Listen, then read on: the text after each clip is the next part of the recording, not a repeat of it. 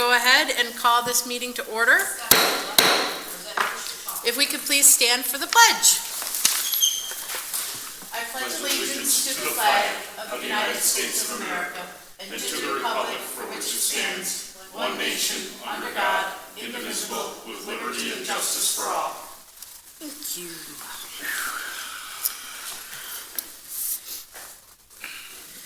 Okay. We welcome all who have come to observe the meeting of the Iroquois Central School District's Board of Education. There are 2 periods of recognition of guests listed on the meeting agenda. The first is for comments regarding agenda items, and the second is for topics not on the agenda. Speakers may offer comments related to school operations and programs, but the board cannot hear personnel complaints against any individual associated with the school system. Please address these concerns to the appropriate administrator. If you wish to be recognized, please fill out the appropriate form and turn it in to our district clerk. As per policy 1514, public participation at board meetings, public comment is limited to 15 minutes total unless the board suspends this limit. Each person is given up to 3 minutes in which to address the board. Additionally, no more than 3 people may speak on a single topic unless the board also waives this limitation.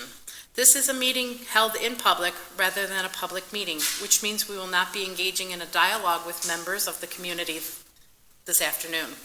District personnel will follow up with you regarding your concerns. Rest assured we are listening carefully and take seriously what you have to say. Please demonstrate respect by speaking to the issues, sharing ideas and opinions, but not engaging in personal attacks. The board appreciates your willingness to share your concerns and celebrations. Please be advised that this meeting is being streamed live and the recording will be posted on the Iroquois website. That brings us to our board discussion and news we're sharing. There are a couple of things I thought the board might want to talk about with Dave Lowry stepping down from the board. He was the board representative on the Athletic Wall of Fame, and our athletic director emailed me letting me know this, so we'd be looking for someone else to step into his place on the Athletic Wall of Fame, if anyone is interested. Okay. Tell me what the job entails. They would meet a couple times. They go over applications of people who have been past athletes here or have contributed to the athletic program, and then from those individuals, a certain group or a few are nominated and then are inducted into the Athletic Wall of Fame. Then a picture with what sport they did here or what they did to contribute to Iroquois is put outside of the high school auditorium, the high school gymnasium. And I want to say they meet 3 times a year, maybe 4, in order to go over the applicants. All right. The other committee that he sat on was our ITech committee. Would anybody be interested in serving as a board representative to ITech? It takes a community. And they meet usually in the mornings. I had done it in the past, but when they started the morning meetings, I couldn't make it. I think it's once a month. Yes? Yeah. Someone said? Yeah, I was going to say I think Tuesday I heard or Heather. Wednesday. Yeah, I'll do that. I was just thinking of work schedule. Well, we can try it. If it runs into trouble, we can come back and rediscuss They it. do have some evening things too. Like I know that there's something that is coming up August 3rd. They're doing an event, like a health fair, and in the Almo Green. That's really Those a good. greens, and that's School supplies. they are. Yes. They are giving away school supplies and something else. Oh, they're ice cream, free ice cream. Oh, then I'm coming. So sometimes they do have some evening things, and you don't have to go to every single thing, but just to have a representative of the board there is nice to have. So they do so much for our school district. Okay. Does anybody else have anything that they'd like to share or discuss? Well, I know the board's being modest, so I'll speak up and say, thank you to the board for giving their time for all of today, an 8-hour work session, and tomorrow another 8-hour work session. on the district planning conference to plan for future years, get educated. We had a couple great speakers in here of looking what to do, and the administrators gave their report of their building goals. So thank you for giving of your time for today and tomorrow. That's a lot to give up. Greatly appreciate it. The strategic planning team, the core team has been meeting. Also, the task force have been meeting a lot. There've been, there's meetings every week, several times, and a lot is now it feels like a lot of actions taking place, really getting into setting some specific things. And tomorrow, the board will get the update of where we're at in that process and the discussion of vision and what the next steps are. So PLC will be here. Yeah, well, they're virtually tomorrow to give an update on that. But there's a lot of hard work from a lot of community members and staff, district staff and administrators and teachers that are all on those committees. So a lot of people giving up a lot of time to invest in that, which is great because it feels very good that it is exactly what we intended, was that this is coming from the community. And so getting all that input there is really, I think it's working out the way we wanted that to, and so it's a good process. I will say though, one thing that I am a little concerned with is on the student experience side and the lack of involvement from the actual students.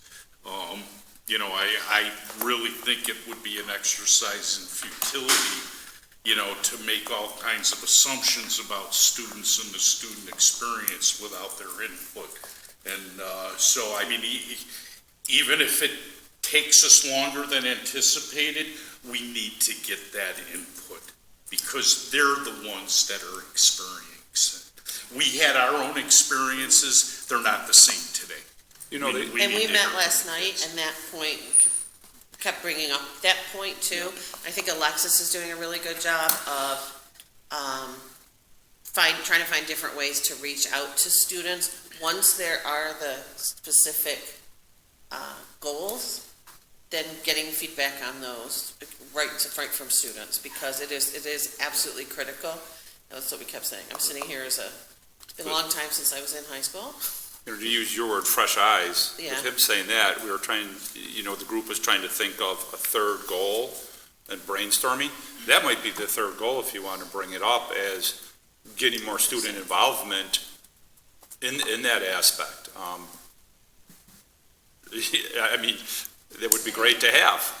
And it could be a shorter term goal too, where they're meeting with the students. What would it take? What would it need? Because they might say, here are the times we can meet, and we're trying to meet times that aren't convenient for them. Well, that was it is listed as one of the things there is how do students want to give input? We don't know. Is it an email? No, it's not an email. We know, right? What's the easiest way? You're gonna have to go. Yeah. I know Alexis has been, but that's. Yeah. And it has to be ongoing too. That's the one that we said may not meet, when the core team met, we said that timeline-wise, the other two are able to really move forward, but that one may be more delayed as far as specific things. Some things will be started, but that we'll be adding to it during the year because of that very fact, because it's going to be easier to get the kids when they're in school. Mm-hmm. So that one may have a little bit different of a time. Yeah, we definitely want a good cross-section. Yeah. And partly it's that we're setting goals, they're not done when they're set, Right. Correct. Moving, so, Keep evaluating, keep changing them. Some will hit faster than others. yeah. Yeah.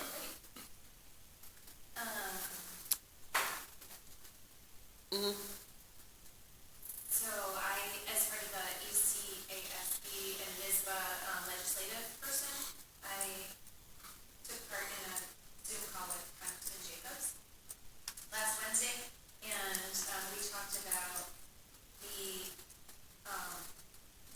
the infrastructure proposals that are happening and how they affect schools. And so he had like 15 minutes for it, so voting, surprise. Yeah. Oh, thank you. Thanks. And it was good. I mean, he was a school board member, right? He started in the Buffalo Public Schools, and that's how he got into politics. And so he has a good understanding and appreciation for how our hands are tied with spending money. And we talked about the age of our buildings and how that affects how much we can do, because maintenance is expensive. And the infrastructure plans, the smaller one doesn't have a lot for schools, but the bigger proposal has a ton of money for schools. And including like internet and keeping, up to date on high speed and the rural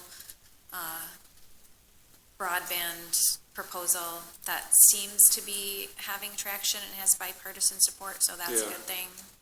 I think you're right. I hear a lot about that with the internet speed, for equity of instruction to, For Really equity beef it up. across the board. Yep. I mean, just for not even students, for adults, right?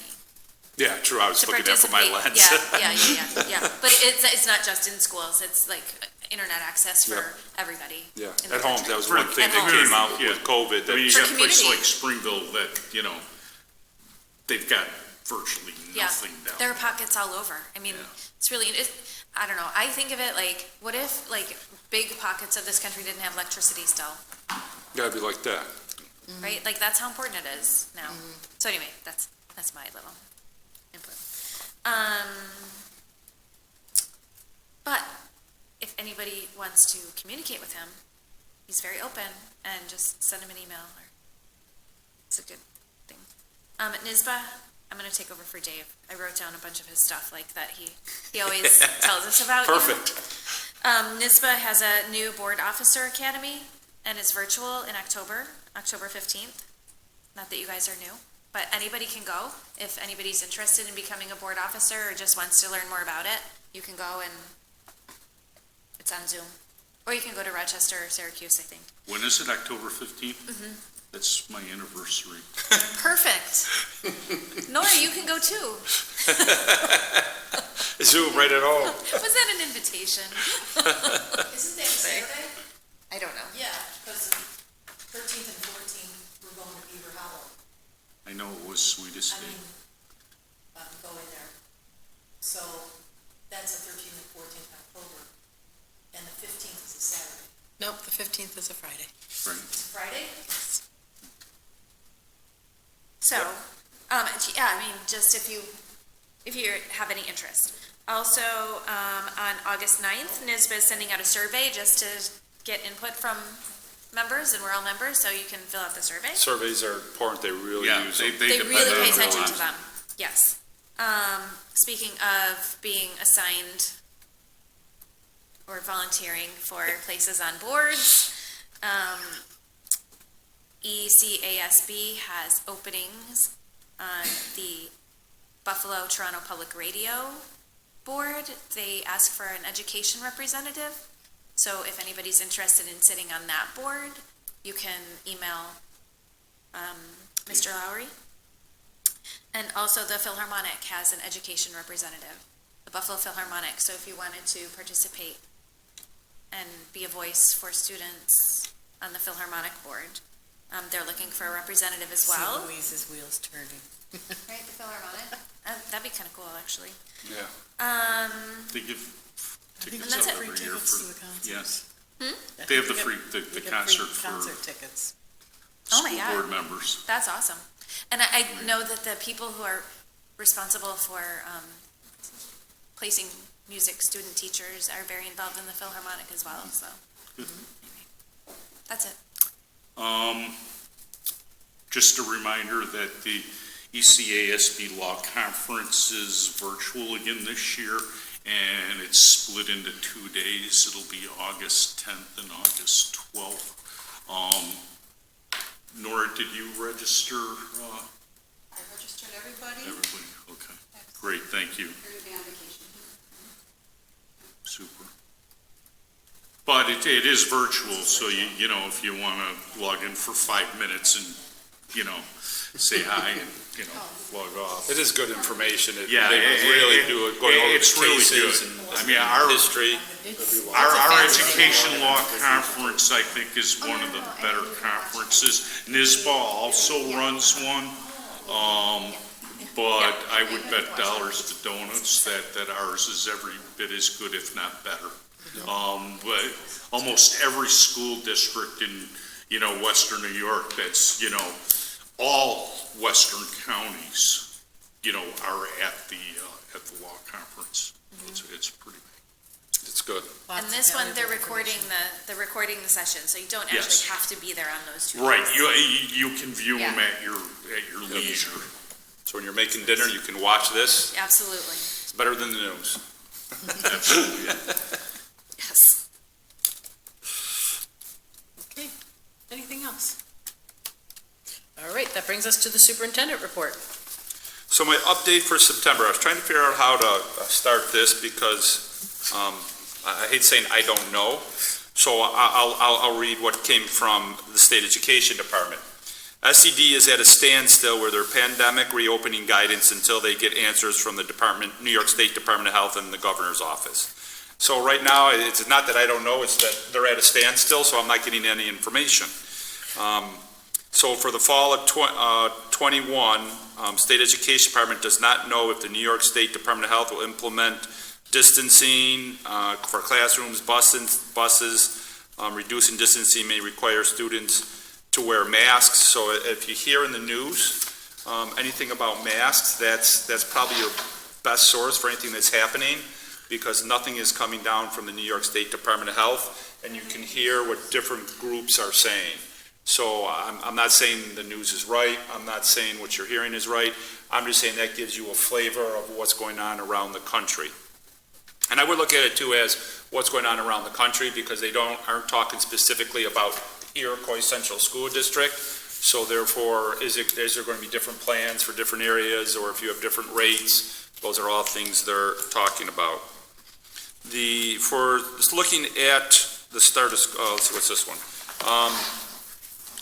The other thing is that we're looking to go back to the times, not that we use for the 2021 school year, but for the 1920, for like school bus, start of schools, and everything right now. When I say right now, it's because depending on guidance that comes down, we might have to make changes. I am hopeful. The board has made it very evident, administrators have made it very evident, and I think teachers believe in this too, is that in-person instruction is the best way to deliver instruction. With that, that's really what we're looking to move to start with. That's our goal. The administrators right now are working on multiple plans in case anything comes down, but that's plan number one, is for in-person instruction. So with that, last year, the state required us to offer 100% remote. And so right now, we're not looking to do that. Right now, we're looking to have everyone in person. If there is someone that has a medical concern for that from their doctor, we always work with families. So that's something we always work with families on. But right now, we would expect everyone to, come back to school in person full time. Again, it may change over time with what we're told and what we have to put out there. If we do have to do the 100% remote, so the board knows, we would be looking with the second pot of money that's coming from the federal government is to hire some teachers to do the 100% remote K-6, but we'd be looking at 712, Erie 1 and Erie 2, both offer 100% remote sessions that we would partner up with them. A lot, if not a majority of districts are doing the same thing. And I think it's mainly because a lot of parents feel the same way. We saw that in our numbers of how many people were back here. It also helps with the in-person instruction. What leaves that to question then, because the state right now still, and I was talking to the department, Erie County Department of Health, there's still isolation and quarantining that would go on if someone had exposure or had COVID. How would we take care of those students? So we're working on that right now. The administrators are coming up with different ideas, because the different grade levels obviously have to be treated differently. How you would take care of a kindergarten would be much different than a secondary student. Oh, just a hypothetical, Doug, and, I don't want to dwell on hypotheticals. No, it's okay. It's a lot of it's hypothetical right now. But if we are allowed to come back, 100% in person, are we still going to offer 100% remote to those students and their families that wish to be remote? Right now, it would be only if the state required it. Okay. And the only exception, and I want people to hear this, if there's a medical reason why your child couldn't come back, and then we'd have to work with Then that we'd probably- family individually for that piece. Is there any caveats on, the number of kids that we could register for 100% virtual through BOCES? Like, do they have a threshold number where you need at least, 10 Asked that 15? actually last week, Thursday, I think it was, because I was at the superintendent's for Erie 2 BOCES, and I said, how many do you need to make sure you run it? I said, even if I have to buy some slots now, they call them slots, each child represents a slot. Even if I have to buy some slots now to guarantee the program runs, Right. let us know, and all the other superintendents were in agreement of the same thing for Erie 2, saying that they would like to know that information, because, I hate looking and saying, I don't know if we're going to be in it or out of it, Right. but, and the superintendent for BOCES understood completely, because they're in the same boat. Did they have a number, or? Did not have one. He's going to go back, look at the program, see what it has to do, but Erie 1 also runs it, which is nice with it being virtual, because if Erie 2 is not going to offer it, then we can could jump to Erie cross-contract with Erie 1 as long as there's enough space. Right. And that's why we're really looking at that, trying to get some numbers. Okay, great, thank you. And Yep. when you say students who have like medical reasons, would that encompass like mental health reasons? It could be, Because of the COVID-related? doctor, this would come through a doctor, so it would be what the doctor has to write and do that. There's so many different types of mental health that it would really depend on that type too, because there's some students that have trouble coming to school because of anxiety, but usually their plans incorporate something to have them work to get back into school, because even the majority of the doctors feel it's very important to be in person for instruction, to stay away from that connection with other individuals seems to exasperate it for the majority, but not always, so that's why we leave that to the medical professionals. Would that mean that teachers would be teaching the regular students that were in class, but they would have, someone who would have a camera in there to video the teacher? No, right now, if it was 100% remote, they would be with a whole different teacher, A whole different teacher? whole different teacher. A teacher is dedicated to just remote students. Correct. So that teacher would not have any in-person students. They would just Yep. be remote. Just as you were talking about medical requirements, there are times when students aren't able to come to school, not because of COVID. Correct. In those, we would do traditional methods of how we would take care of those students. Okay, so that, but could It's like that, someone broke a leg, right, we would work how we traditionally would do that, because, a leg is a couple weeks or a month, and we would want them to, because they'd been with the teacher here, we would still work with them with that teacher here like we've always done. okay. Good question. I didn't think of that one. I just thought, maybe they would even, Yeah. And there might be a virtual? I don't situation, know. and there might be a situation where, no, we would transition them out, because depending on the It's medical hard. condition, it might be better for them. Yeah. Because we always want to put the student's interest first. Then moving forward from there, so we're going to have the transportation back. One reason we're able to do that is the temperature checks that we were doing. We would be doing those in the homerooms rather than before the kids' entrance. They're really supposed to be done at home. That's the initial check. We're a double check with it. So therefore, in evaluating how many students came in and we caught, and we monitored their temperature, and because of that, they were immediately pulled out. There weren't any. Parents did a phenomenal job at home, finding the cases at home and not even having them come to school. So therefore, we feel it'll still be safe for the students, but we'll still do the temperature checks in the rooms as where it stands right now, because my belief is they'll still have that requirement as part of the safety protocols. It might change, and then I would come back and tell the board. I did meet with Erie County Department of Health, and they did receive some grant money from the federal government about trying to make schools safer by how they would seek out through testing people with COVID. And so we really worked with them trying to get diagnostic testing done, but the New York State rejected that, and I really got to compliment Erie County Department of Health. They did a great job listening to schools, listening to their positions, coming up. I thought they had a great plan with that. It was phenomenal. And so really what they're looking to do, the state, is have more of a surveillance screening. Now that makes everyone kind of anxious because we had to do that back in December and certain percentages had to be met. There are no percentages, so please hear me clear. There's no percentages that have to be met. It would all be voluntary, but really where I'm watching is if this is going to be important and pushed and implemented or required by the state, what would come with it? Would it come, you can be closer together if you're surveillance testing? Would it be students who are vaccinated don't have to wear masks? What could possibly come with this surveillance testing? Or it's just going to be a requirement. So in looking for the cost and everything to do that, because Erie County has this grant and there's other funds out there, we would be looking to work with another organization. Therefore, it wouldn't be a burden on our nurses, because that was one of the greatest things. The time, the staff, we did not have to do it. So between these two organizations, one that would help us with collecting and one that would be doing the lab analysis, that we would be able to do that at no cost. So I'm still looking into that. There's a meeting on Thursday. As I find out more information, I'll let you know.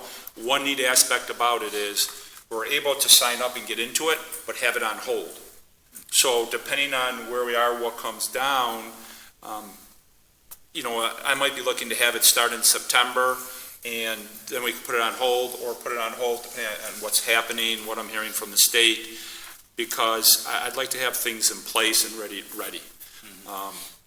The one piece I'm trying to figure out how to articulate exactly right is, with this, parents would have to do permission slips. When they do permission slips, that's why I want to be clear to them if we're on hold or we're not on hold. So if we have to move into it, say there's a lot of cases that pop up here, in order to remain open, we have to have surveillance testing going on. I want to be able to move into it. On the same token, I don't want parents to be worried that their personal rights or anything else is being thing. So that'll be a nice rollout that I'll do over time, getting the public informed of it as I have more information. So it's still a work in progress. Any questions on that? Because that's a little bit of a bigger piece. Let's see. And the why for all this, I think it's important to know the why, is to make sure we can have as much in-person instruction as possible. That's the big why of looking at all of these things. Distancing, I already talked that about. That's the greatest issue. 6 foot would create a problem for us because we don't have any more square footage. 3 feet, we would do that. Lunch would still be the largest obstacle. We got through it last year, but we'd probably be doing something similar to that. Masks, I already mentioned, listen to the news. The Academy of Pediatrics has come out with their stance on it. It really seems with this next variant, a lot more groups are saying return to masking, and they're saying for vaccinated and unvaccinated, because you see people in the public, and I watched on the news either today or yesterday, and one of the either state doctors or federal doctors spoke and said, we know about 30% of the people are not vaccinated. When you go into a store, you do not see 30% of the people wearing masks. So therefore, that's why the change would be this. So, personally, if people could change their behaviors, that would impact all of society. But again, I also believe people have rights people have their rights. What we have done as superintendents is we have a list of questions that we have sent to the state. Mask is on here, social distancing is on here, COVID, screenings, level of community transmission. These are all questions we had from last time, and there's 3 pages of multiple questions under each area to make sure that we'd be open. If you really wanted, I could go through all these, but I'm sure that you're more than happy that I'm taking care of it. We do know these things, or I do believe I know these things, that there will be isolation and quarantining. So be smart with what you're doing. I don't see how that wouldn't happen, because I was just talking to the Erie County Department of Health, and it is still going on at this moment. The news is saying that there's greater and greater cases, so I don't see it going the other way personally. Are they still doing the Yes, they're still doing the tracing and everything. Yep, absolutely. Right now, if you are vaccinated and you have exposure to someone that has COVID, you do not need to quarantine. I don't know if that will stay in place or not, and I don't know what evidence you'd have to show for that, just so everyone's aware that that is something now, but it might be different from schools. One thing I did hear from the different departments of health is that schools are your own entity. So whatever else is happening out there in the community, schools will have their own set of rules. They did it last year, so it looks like it'll be happening this year again. You know, Doug, just a quick comment here. I mean, I can already see that we're in store for the same kind of situation that we, had this past year with the inconsistencies coming out of the various government health organizations. They all really need to get on the same page, because it's not just causing school districts and kids and students, angst. It's causing the general population as a whole. And so, that just adds to the doubt that some people have when it comes to the government. Well, we got one government agency telling us this, we have another one telling us this, are any of them believable? So, when the superintendents do meet with the Department of Health and SED, I would strongly encourage that we pass that message gets passed, and they pass that along to their cohorts in the state and at the federal level, because it's just going to create an absolute nightmare for our parents, for our students, for our teachers, for ourselves. We want consistency. Yeah, and I can guarantee you the superintendents will pass that along, because at the meeting I was asked, there was a question asked by another superintendent that said, the CDC is saying this, however, New York State is saying this, will New York State adopt the CDC regulation or stay on its own? And the answer, because it was a local group, is we don't know what New York State is going to do, but we were pointing out those examples of inconsistencies there. And I guess that depends on where you fall on this issue, because people, are still divided on it, of where they are, of whether it was better for New York State to do, or it's better to go with the CDC. And I think that also creates a lot of turmoil. And so I look to the public, because we're broadcasting this, and say, you really need to reach out to the New York State Department of Health, to your state government officials, because they are the ones who are passing this down to the district. I am definitely carrying the message, all the messages I hear from all the different groups in our community to these organizations, but they hear, myself and another 30 superintendents in a room talking to them. If 3,000 people were to call them, that's going to put a lot of different weight on what they're hearing and thinking. And I still believe that, we have to listen to medical professionals and what they're saying. The question becomes then, if medical professionals are saying something different from each other, how do they become consistent? Exactly. That's one thing that we've spent a lot of time talking about over the past year is consistency in messaging. Well, I see this as a poster child for what not to do. It is, the frustration level is still very, very high, and inconsistent messaging does not help. I agree with sorry, Louise. And we know that Doug is doing his very best in keeping on top of who he needs to listen to and what we need to be doing. And so our consistency comes from Doug. And we need to do what he is following the law and the regulations and the guidance that you talk to your professionals that you trust. Yep. And then, so we have that control in our district. Correct. Right? Yep. We can't control what the CDC does in relation to New York State, in relation to Erie County, and the different departments and SED. We have no control over that. No, we don't. Right? So we can't worry about it when Doug says... Well, it is a concern, because it does cause problems, yes. within the district, within families, It's that lack of consistency, regardless of whether it comes at the state level, the difference between the state, the county, or the federal government. It's just the fact of the inconsistent messaging that we're receiving concerning COVID from healthcare professionals. I understand what you're saying, and that is something that every person has to monitor for themselves, I guess.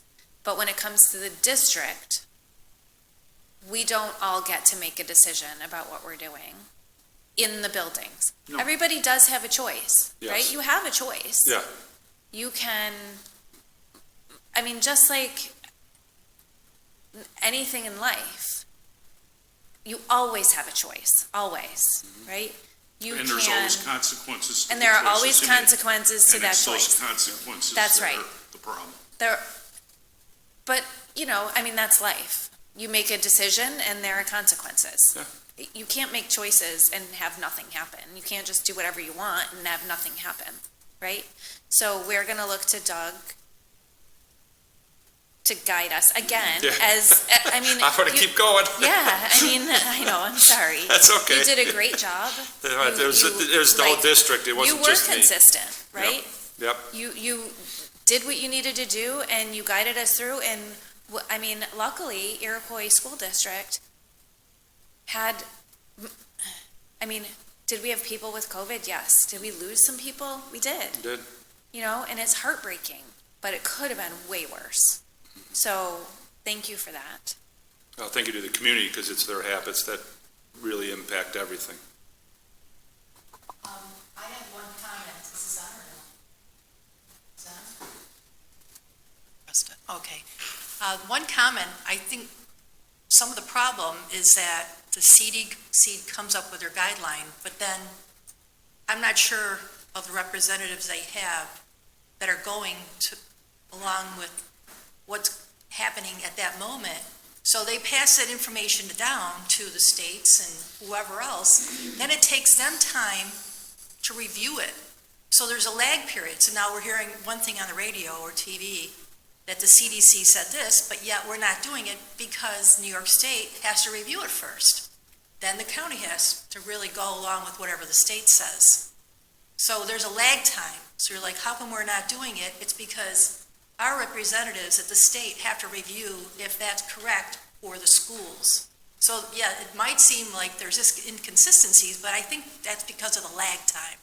But normally, from what I've seen, New York State follows the CDC. I wouldn't attribute it all to lag time.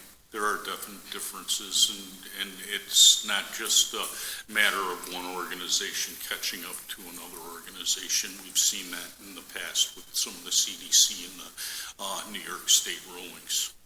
And the lag time does cause frustration for parents, because you hear something on the news, and why aren't you doing it tomorrow? It's because we have to wait for the New York State Department of Health. And now I can tell you our county is usually pretty good, because they tell the schools to follow the area, or to follow the New York State Department of Health. So that's a good piece of it.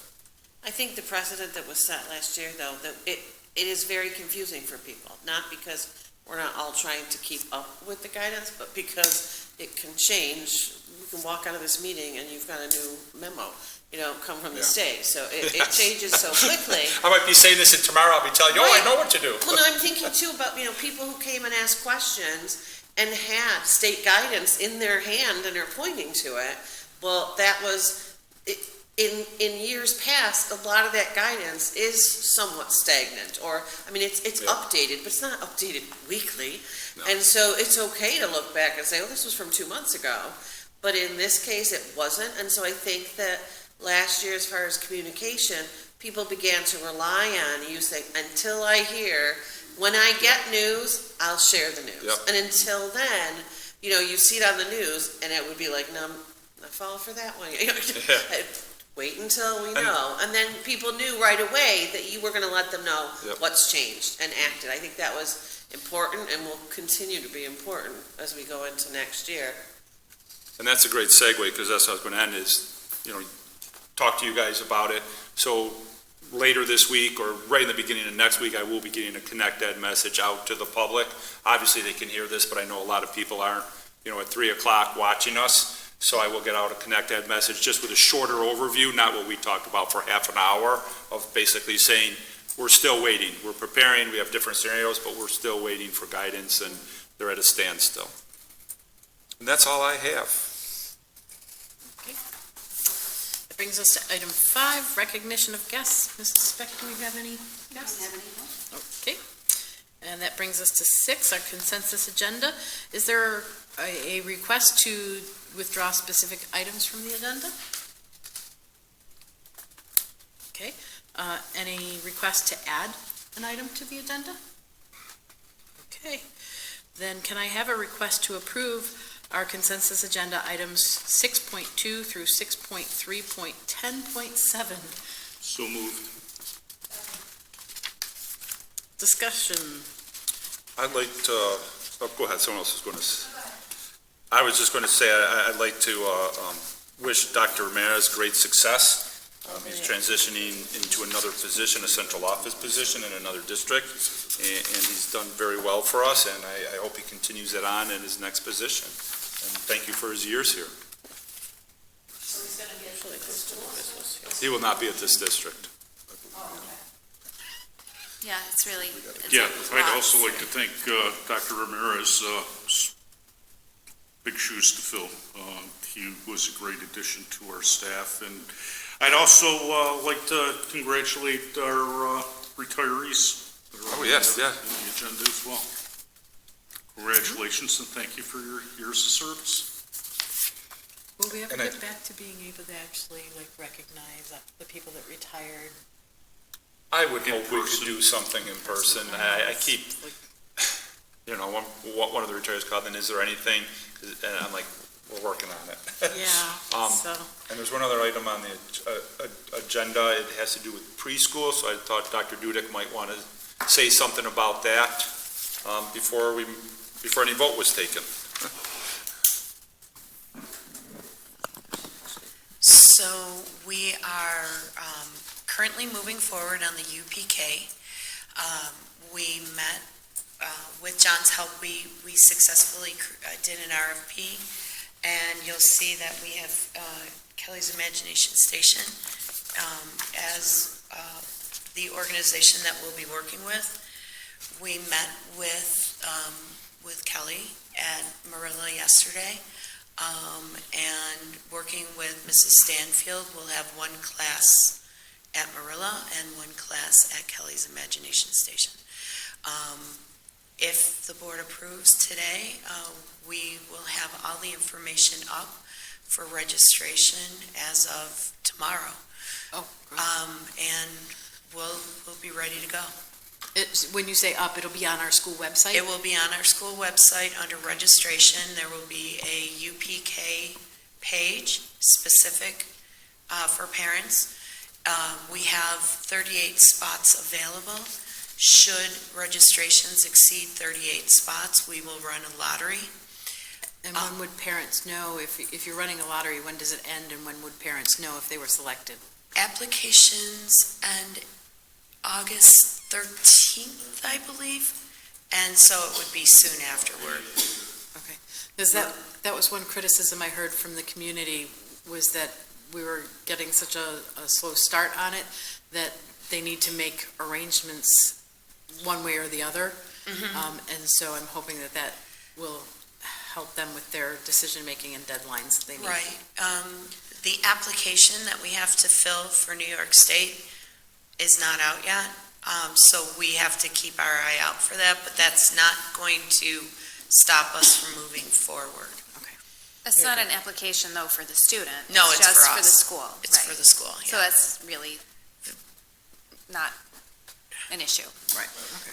The 38 slots that are open, is that 38 slots at each location or total? Total of 38. Okay, and is Imagination Station also running the program at Marilla Primary or just at their facility? Correct, they're running both. And The where is reason we're their doing other both is facility? for wraparound service if someone needs it, whereas then other people might not need it. Where is their location?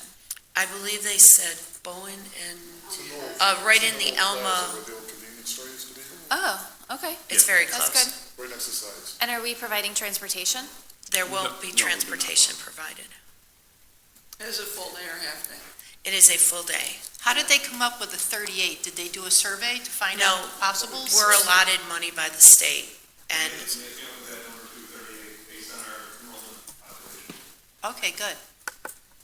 So that's a state number. correct. State number. Sorry. Jane, is, Yes. does the consensus agenda doesn't, it ends before 6.3.10.7, right? We have to stop at new business? To 6.3.10.7, which is The second reading. So the UPK wasn't part of this discussion. I'm just, Is that what you're saying? I'm just saying we're Yeah. approving the consensus agenda, but the consensus agenda. So we're not really proving that yet. We'll do that what in a I minute. read Yeah, it is we goes- go it to goes through. 6.3.10.7. That Yeah. does, Yeah, and it encompasses the it encompasses the new business, yes. One other thing that I would like to just talk about real quickly, in 6.3.2.3, the superintendent recommends the creation of a 1-point position for social worker / counselor position. We are looking at that position to be a social worker, Social worker, correct? yep. And the reason why it then also says counselor position there? It would just have to do with the skill set of people that applied to open it up. It's what we did last time. But the goal is for a social worker, Okay. because that it would be taking care of tier 2 and tier 3 positions is what we need. So in listing it this way, it allows us to have a broader applicant pool? Broader But pool, yep. the goal really is to have a social worker? Yes. Okay, Yep, we All right. love our social workers, we want all our social workers, and we'd like a few more. I'm going to echo what Jane just said, because last time we did that, we hired counselors. We did, yeah. Yeah, and that was fine, but they do have different skill sets. And a social worker can also act as a counselor, but a counselor cannot act as a social worker, right? So if we filled this position and we needed to keep it long-term, they would be much more flexible, and it would With be a social worker. with a social worker, right? Absolutely, you nailed that perfectly. Thank you. Yep. So all I, you social workers out there, So all you Maybe- social workers we're looking apply. for you. yeah, and maybe we. And I believe we had a few already apply. Okay, If I remember Okay. correctly, right, from catching, yep, Nora's shaking her head, yes. Fantastic. Yay. So that's, Is there any other discussion? All right, then all in favor of our consensus agenda? Aye? Opposed? Abstained? Okay. And that brings us to recognitions of guests on any topic. we do not have any. We don't have any. I need a motion for us to move into executive session for the purposes of Litigation and and contracts. contracts. Okay. So moved. Discussion. Okay, all in favor? Opposed? Okay, 7. And so we're going to move into executive session, and when we come out of executive session, it is just to adjourn our meeting. So thank you.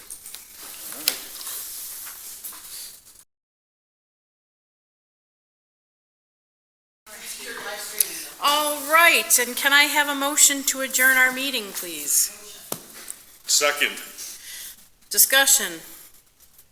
All in favor? Aye. Opposed? I didn't think Tomorrow we so. start at? All right, meeting is adjourned. Tomorrow, 7:30.